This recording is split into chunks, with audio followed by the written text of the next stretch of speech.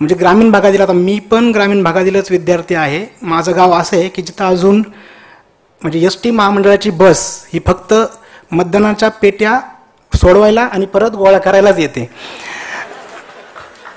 माझ्या गावात 7वी पर्यंत जिल्हा परिषद प्राथमिक शाळा आहे. अजून पोस्ट ऑफिस नाही आहे किंवा सरकारी अशी कोणती यंत्रणा अजून पोहोचलेली नाही जितकी पोहोचायला पाहिजे. रोड चांगला नाही आहे. पण अशा गावातूनच मी शिकलोय. माझे आई वडील दोघेही शेतकरी आहेत. तर पण माझं लक असं होतं की माझं 5वीला एक नवोदयची परीक्षा असते. त्या परीक्षेतून माहिती आहे का नवोदयची परीक्षा? नवोदयची परीक्षा होती, त्यातून माझं सिलेक्शन झालं आणि इथं टाकळी डोकेश्वरला नवोदय विद्यालयात माझं शिक्षण झालं. माझं लक चांगलं होतं. ते एक टर्निंग पॉईंट मला मिळाला की तिथं गेल्यानंतर चांगलं शिक्षण मिळालं, चांगलं मार्गदर्शन मिळालं आणि मला UPSCची ओढ लागली की आपण UPSCतून काही एक अधिकारी बनू. आपल्यापैकी किती लोकांना स्पर्धा परीक्षेत करिअर करायचं आहे? ओके, मी ॲक्च्युली फक्त म्हणतो ग्रामीण भागातील मुलांना खूप सारे अडचणींचा सामना करावा लागतो, खूप सारे गैरसमज असतात. UPSCच्या बाबतीत, आता मी UPSC केली म्हणून मला माहिती आहे, UPSCच्या बाबतीत काही गैरसमज आहेत की इंग्लिश खूप चांगली असावी, खूप चांगल्या शाळेत शिक्षण झालं असावं, घरची परिस्थिती चांगली असावी, शहरातली मुलंच जास्त UPSC परीक्षा पास होतात, असे खूप सारे गैरसमज आहेत. एक तर मी सांगितलं, मी स्वतःच खेड्यातून आहे. माझं शिक्षण सगळं मराठी माध्यमातच झालं होतं. इवन माझी इंग्लिशही, म्हणजे माझी इंग्लिश लिहायला खूप चांगली होती. ज्यावेळेस 10वी आणि 12वी CBSE बोर्ड होतं नवोदयला, CBSE बोर्डातून मला आठवते मी त्यावेळेस 10वीत पण आणि 12वीत पण इंग्लिशमध्ये 3 राज्यात टॉपर होतो. इंग्लिश विषयात लिहिण्यात 3 राज्यात टॉपर होतो. पण मला ज्यावेळेस UPSCचा इंटरव्ह्यूची दिला, मी 3 वेळा इंटरव्ह्यू दिला, 3 वेळेस मला जाणवलं की यार आपली इंग्लिश बोलण्यात तेवढी चांगली नाही आहे. म्हणजे आपल्याला गैरसमज असतो ना की इंग्लिश खूप बोलता, चांगली फडफड इंग्लिश बोलता आलं पाहिजे तरच आपलं सिलेक्शन होईल UPSCमध्ये. तर तसं काही नाही आहे. म्हणजे मी पहिले माझे 2 इंटरव्ह्यू इंग्लिशमध्ये दिले. मला जाणवलं की यार आपली इंग्लिश काही तेवढी चांगली नाही आहे, जेवढी चांगली असायला पाहिजे बोलायला. भलेही मी इंग्लिश UPSC लेखी परीक्षा मी इंग्लिशमध्येच लिहित होतो, इंटरव्ह्यू पण 2 इंग्लिशमध्ये दिले, पण मला ते असं काही वाटलं नाही यार चांगलं झालं आहे म्हणून इंटरव्ह्यू, आणि मार्क पण तसे झाले, सिलेक्शन झालं नाही. 3रा इंटरव्ह्यू मी मराठीत दिला. मराठीत पहिलं म्हणजे मराठीत जर आपण इंटरव्ह्यू दिला तर तिथे एक ट्रान्सलेटर असतो, तो आपण मराठीत बोललेलं परत इंग्लिशमध्ये पुढच्याला सांगतो. पण ते पहिलं उत्तर मी सांगितलं, ते पहिलं उत्तर मला काय वाटलं नाही की ते चांगल्या पद्धतीनं चेअरमनकडे पोहोचले. तर मी चेअरमनला परमिशन मागितली, सर मी मोडक्या तोडक्या इंग्लिशमध्ये हिंदी इंग्लिश मिक्स करून बोलतो आणि तुम्हाला उत्तर देतो. तर मला अजूनही आठवते, मला एक प्रश्न होता, प्रश्नाच्या अनुषंगाने मी उत्तर देत होतो. उत्तरात डॉक्टर बाबासाहेब आंबेडकरांचं ते एक वाक्य नाही का की शिक्षण हे वाघिणीचं दूध आहे, जो पितो तो गरगरल्याशिवाय राहत नाही, माहिती आहे ना? तर ते उत्तर मला सांगायचं होतं, पण मला ते इंग्लिशमध्ये सांगता येईना. म्हणजे मला आठवलं की मला काय बोलायचं. आय स्टील रिमेंबर ते मी काय बोललो होतो. मी म्हणलं होतं एज्युकेशन वो उस टाइग्रेस का मिल्क है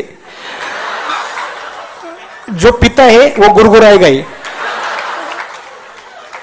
पण तरीही मला इंटरव्ह्यूमध्ये खूप चांगले मार्क मिळाले. म्हणजे मला सांगायचं हे की तुमचं भाषा हे तुमचं हे नाहीये, तुमचं ज्ञान हे तुमची शक्ती आहे. भाषा कोणतीही असो, तुम्ही कोणताही भाषा हे शेवटी व्यक्त होण्याचं माध्यम आहे. पण ज्यावेळेस मी उत्तर देत होतो, म्हणजे भलेही मी पहिले 2 इंटरव्ह्यू इंग्लिशमध्ये दिले होते, पण ते मार्क यायचं नाही, कारण ते जाणवायचं नाही परीक्षकाला मनापासून बोलतोय. मी 3रा इंटरव्ह्यू ज्यावेळेस दिला, ज्यावेळेस हे बोलत होतो त्यावेळेस माझ्या अंगावर काटे उभे राहिले होते. म्हणजे भलेही मी एकदम मोडक्या तोडक्या इंग्लिशमध्ये बोलत होतो, पण अंगावर असे काटे उभे राहिले, डोळ्यातून दिसत होतं की मला हे म्हणायचं आहे बाबा. तर हे महत्त्वाचं असतं. म्हणजे तुम्ही भाषा कोणतीही वापरा, तुम्ही व्यक्त होणं महत्त्वाचं असते. दुसरी गोष्ट की स्वप्न पहा. आता पाटील साहेबांनी पण उल्लेख केला की स्वप्न पाहायला पाहिजेत. यूथचं जर डिफायनिंग फीचर काय असेल तर स्वप्न पाहणे. आपले भारताचे माजी राष्ट्रपती म्हणायचे की यूथने स्वप्न पाहायला पाहिजेत. त्या स्वप्नाबद्दल मला दुसरा अँगल सांगायचा स्वप्नांचा. आपण खूप सारे स्वप्न पाहू.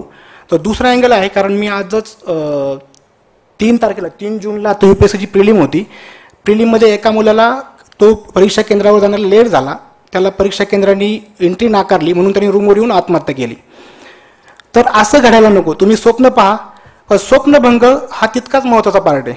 असा जगाच्या पाठीवर एकही व्यक्ती नसेल की ज्यांनी स्वप्न पाहिलं आणि त्याला हवं तसं स्वप्न हव्या त्या टायमाला हवे त्या वेळी एकदम मिळालं. प्रत्येक म्हणजे स्वप्नभंग हा माणसाचा सोबतीच आहे. म्हणजे आपल्या 5वीलाच पुजलेला आहे स्वप्नभंग. तर मला आठवते, मी अभ्यास करत असताना माझ्या रूममध्ये वि. स. खांडेकरांची अमृतवेल नावाची एक सुंदर कादंबरी आहे, अमृतवेल. तर अमृतवेलच्या सुरुवातीला वि स खांडेकरांचं एक वाक्य होतं, ते वाक्य मी रूममध्ये लावलेलं होतं, ते वाक्य मी तुम्हाला इथं सांगतोय.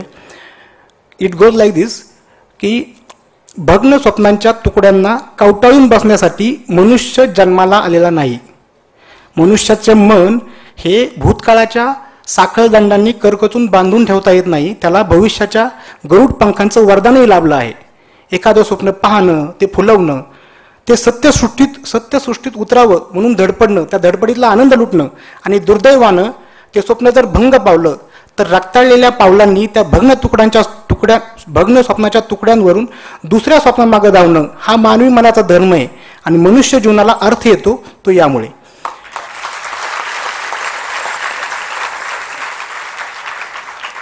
खूप सारी स्वप्न पहा आणि दुर्दैवाने भंग पावलं तर तितक्याच ताकदीनं परत दुसऱ्या स्वप्नामागं धावणं. म्हणजे आयुष्य खूप सुंदर आहे, आयुष्य खूप चांगल्या पद्धतीने जगा. दुसरी गोष्ट म्हणजे मी दोनच गोष्टी सांगायचा मी असं मनात ठरवून आलो होतो की एक तर स्वप्नभंगाबद्दल सांगेल आणि दुसरं प्रार्थनाबद्दल सांगेल. की मी ज्यावेळेस अभ्यास करायचो मी कायम प्रार्थना करायचो. मला आठवते नवोदयमध्ये आमची प्रार्थना असायची की इतनी शक्ती हमें देना दाता मन का विश्वास कमजोर होना. त्यात एक सुंदर वाक्य होतं की हम न सोचे हमें क्या मिला है, हम ये सोचे किया क्या है अर्पण. म्हणजे समाजाकडून किंवा व्यवस्थेकडून आपल्याला काय मिळालं याच्यापेक्षा मी काय अर्पण केले समाजाला याचा आम्ही कायम विचार करत असावा. तसंच सायदात म्हणलं मी थोडा बुड्ढा झालोय, तुम्ही युथ आहात, तर युथ लोकांसाठी एक नवीन कविता असावी. मला ते प्रकाश आमटे पिक्चरमध्ये नाना पाटेकरचा प्रकाश आमटे पिक्चर आला, त्यात एक सुंदर कविता होती. ते गाणं मी आणले तुम्हाला वाचून दाखवेल. की म्हणजे ही सगळ्या तुमच्यासाठी आपल्या सर्वांच्या वतीने मी प्रार्थना करतोय देवाकडं. म्हणजे स्वप्न पाहत असताना प्रार्थनेची जोड असेल तर प्रयत्नांना तेवढंच बळ येतं. त्या अनुषंगानं मी एक प्रार्थना सांगतोय तुम्हाला. ती प्रार्थना अशी आहे, तुम्ही सगळ्यांनी ऐकलंही असेल, पण त्या शब्दावर थोडंसं जोर द्या, लक्ष द्या. आणि प्रार्थना तुम्ही जर केली तर मला वाटते नाही का, स्वप्न पहा, प्रार्थना, प्रयत्नाला यश येईल आणि तुम्ही निश्चित सक्सेसफुल व्हाल. ती प्रार्थना अशी आहे, तू बुद्धी दे, तू तेज दे, नवचेतना विश्वास दे. तू बुद्धी दे, तू तेज दे, नवचेतना विश्वास दे.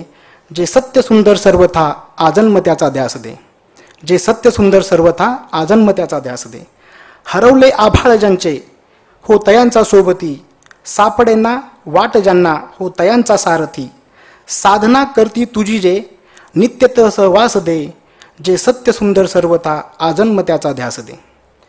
जाणवाया दुर्बलांचे दुःख आणि वेदना, जाणवाया दुर्बलांचे दुःख आणि वेदना.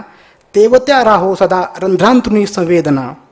धमनातल्या रुधिरास या खल भेदण्याची आस दे. सामर्थ्य या शब्दास आणि अर्थ या जगण्यास दे. सामर्थ्य या शब्दास आणि अर्थ या जगण्यास दे. जे सत्य सुंदर सर्वथा आजन्म त्याचा ध्यास दे. सन्मार्ग आणि सन्मती लाभो सता सत्संगती. नीती ना हो भ्रष्ट जरी संकटे आली किती. पंखास या बळ दे नवे झेपावण्यास आकाश दे. पंखास या बळ दे नवे झेपावण्यास आकाश दे. जे सत्य सुंदर सर्वथा आजन्म त्याचा ध्यास दे. ही कविता आहे, खूप छान कविता आहे. म्हणजे मला तर आवडली होती, म्हणलं मी तुमच्यासाठी म्हणेन.